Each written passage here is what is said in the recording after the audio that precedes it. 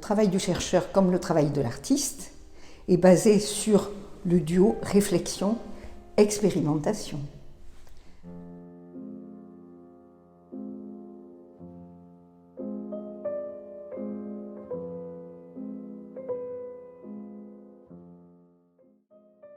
Alors, réflexion sur le plan artistique m'amène à mettre en exergue la femme sous forme d'allusion, mais je lui donne un écrin.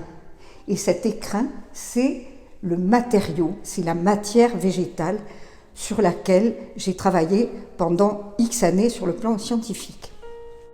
Ou bien c'est du bois de chanvre, ou bien c'est de la fibre de lin. Et ici, je pense qu'on peut reconnaître au niveau de la palette de cet écrin, je ne suis pas du tout dans mes noirs, la palette de cet écrin m'a été inspirée par une visite à Aix-en-Provence, au musée Granet, des œuvres de Nicolas de Staël.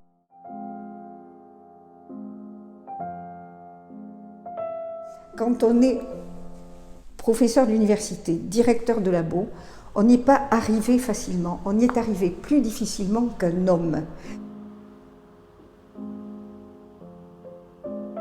Je suis structurée parce que je suis scientifique, que j'aimais la géométrie et que je me suis dit la femme pense, elle est féminine, elle est dans sa féminité, mais elle a aussi un cerveau qui peut être bien fait et elle peut avoir accès à tout type de responsabilité.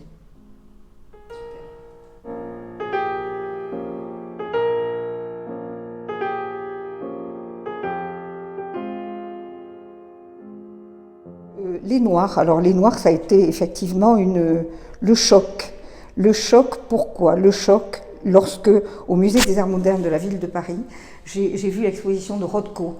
Et c'est vrai que Rothko faisait des choses très colorées, mais à la fin de sa vie, il a fait des nuances de noir extraordinaires.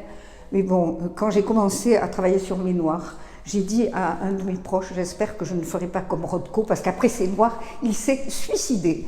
Donc le noir m'a donné au contraire beaucoup d'énergie. Et c'est surtout les noirs de Soulages qui m'ont donné de l'énergie. Parce que lorsque à Beaubourg, je suis rentrée dans cette salle noire où étaient exposées des œuvres magistrales noires, eh bien c'était lumineux. Donc, à partir de ce moment-là, j'ai travaillé sur la matière et j'ai voulu voir quel était le reflet de la lumière sur le noir.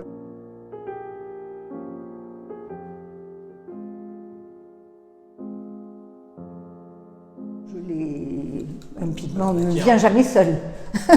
Je veux dire qu'on arrive à faire la palette que l'on souhaite avec divers types de pigments. Bon, ça implique qu'on connaisse les mélanges du bleu avec autre chose, etc. Donc c'est un peu de l'alchimie, ça c'est vrai.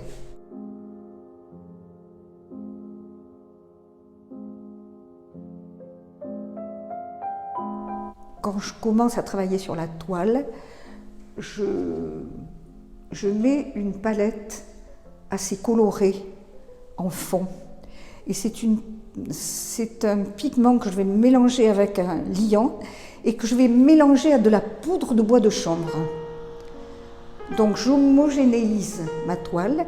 Par-dessus, je vais mettre soit du granulat de chanvre qui laisse apparaître la palette qui est dessous, ou bien de la fibre de chanvre, etc. Mais il y a des superpositions de couleurs pour donner cet aspect vibratoire.